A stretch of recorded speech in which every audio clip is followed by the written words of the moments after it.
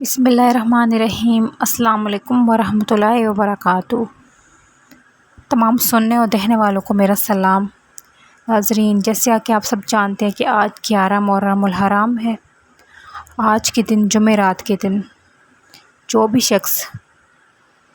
شخص یہ وظیفہ کر لے گا، جو پریشان حال ہے، غموں کا شکار ہے، جو چاہتا ہے کہ اس کا اپنا ذاتی مکان ہو، اپنا ذاتی گھر ہو، اپنا ذاتی گاڑی ہو، چاہے وہ کروڑوں بھی مانگے گا نا اللہ تعالیٰ سے، آج جمعرات کے دن کروڑوں بھی مانگے گا تو اللہ تعالیٰ اس کو عطا کر دے گا۔ جتنی تعداد بھی مانگے گا اللہ تعالیٰ اس کو عطا کر دے گا۔ بس یقین کامل کے ساتھ آپ نے یہ وظیفہ کرنا ہے اور اللہ تعالیٰ سے مانگنا ہے۔ اگر آپ رزق اور دولت کی وجہ سے پریشان ہیں، تنگ دستی ہے، مفلسی ہے،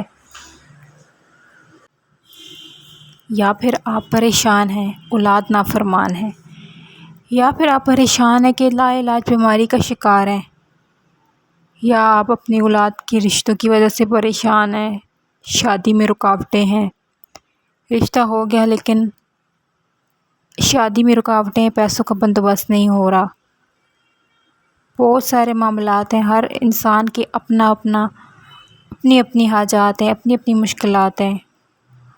ہر کسی کو آج کے دور میں غموں میں گھرا ہوا ہے، رزق اور دولت کی کمی ہے، اخراجات زیادہ ہیں، تو آپ یہ وظیفہ کر لیں، آپ کی رزق اور دولت میں اتنی برکت ہو جائے گی، اتنی برکت ہو جائے گی کہ آپ پورا سال بے فکر رہیں گے رزق اور دولت کی طرف سے۔ یہ وظیفہ کرنے کے بعد آج کے دن 11 محرم الحرام جمعرات کے دن آج یہ وظیفہ کر لو، اپنی بدقسمتی کو خوش قسمتی میں بدل لو۔ یہ مہینہ بڑی حرمت والا مہینہ ہے، شہدائے کربلا والا مہینہ ہے۔ اس مہینے کے صدقے ان کے وسیلے سے مانگ لو، حضور پاک صلی اللہ علیہ وآلہ وسلم کا وسیلہ دے کے مانگ لو، اللہ تعالیٰ کبھی بھی خالی ہاتھ نہیں لوٹائے گا۔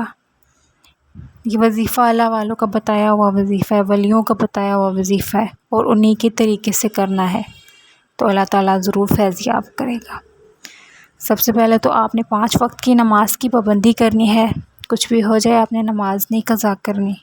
اللہ تعالیٰ ہمیں نماز پڑھنے کی توفیق عطا فرمائے، 5 وقت کی نماز پڑھنے کی، آمین۔ سب سے پہلے تو آپ نے پھر اس کے بعد استغفر اللہ، جیسا کہ میں اپنی ہر ویڈیو میں بتاتی ہوں کہ استغفر اللہ کا ورد اپنی زبان پہ جاری رکھو۔ اگر آپ اتنا نہیں پڑھ سکتے تو 70 مرتبہ روزانہ پڑھ لیا کرو، تاکہ اللہ تعالیٰ ہمارے گناہوں کو معاف فرما دے۔ روزانہ 70 مرتبہ استغفر اللہ پڑھ کے سچے دل سے توبہ کر لی، اللہ تعالیٰ توبہ کرنے والے کو پسند کرتا ہے اور اپنے نزدیک کر لیتا ہے، اور جب اللہ تعالیٰ کے نزدیک ہو جاتا ہے تو اللہ تعالیٰ اس کی حاجات کو، اس کی مشکلات کو آسان کر دیتا ہے، اس کی حاجات کو قبول کر لیتا ہے، اس کے غموں کو اس کو نجات دے دیتا ہے، اور جو بھی مانگتا ہے اللہ تعالیٰ اس کو بن مانگے عطا کر دیتا ہے، مانگنے سے پہلے ہی اس کو عطا کر دیتا ہے۔ سب سے پہلے تو آپ نے کسی ایسی جگہ کا انتخاب کرنا ہے جہاں کوئی بھی شور وغیرہ نہیں ہو، کسی کا آنا جانا نہ ہو، خاموشی ہو۔ آپ نے جب یہ وظیفہ کرنا ہے ایک مصلی پہ باوضو بیٹھ جائیں، کسی بھی نماز کے بعد کر لیں یا آپ کسی بھی ٹائم کر سکتے ہیں، کوئی وقت کی قید پابندی نہیں ہے۔ باوضو مصلی پہ بیٹھ جائیں، سب سے پہلے آغاز بسم اللہ الرحمن الرحیم کے ساتھ اور اپنے مقصد حاجات کی نیت کے ساتھ کرنا ہے۔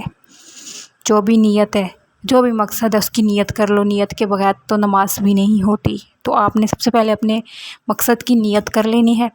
نیت کرنے کے بعد آپ نے سب سے پہلے درود پاک پڑھنا ہے، 7 مرتبہ درود ابراہیمی حضور پاک صلی اللہ علیہ وآلہ وسلم کی ذات اقدس کو پیش کر دینا ہے۔ 7 ٹائم آپ نے درود ابراہیمی پڑھ لینا ہے، سب سے زیادہ فضیلت اور برکت والا درود یہی ہے، تو آپ نے درود ابراہیمی، جو درود ہم نماز میں پڑھتے ہیں، اس کو آپ نے 7 مرتبہ پڑھ لینا ہے سب سے پہلے۔ اور ہم جو اس وظیفے کا پہلا عمل کر رہے ہیں وہ ہے اللہ تعالیٰ کا یہ بابرکت اور فضیلت والا نام یا سلام، یا سلام، یا سلام، یا سلام۔ آپ نے کچھ اس طرح اپنے انداز میں پڑھ لیں جیسے بھی آپ کو پڑھنا ہے، لیکن آرام سے توجہ کے ساتھ اس کو آپ نے 7 مرتبہ پڑھ لینا ہے۔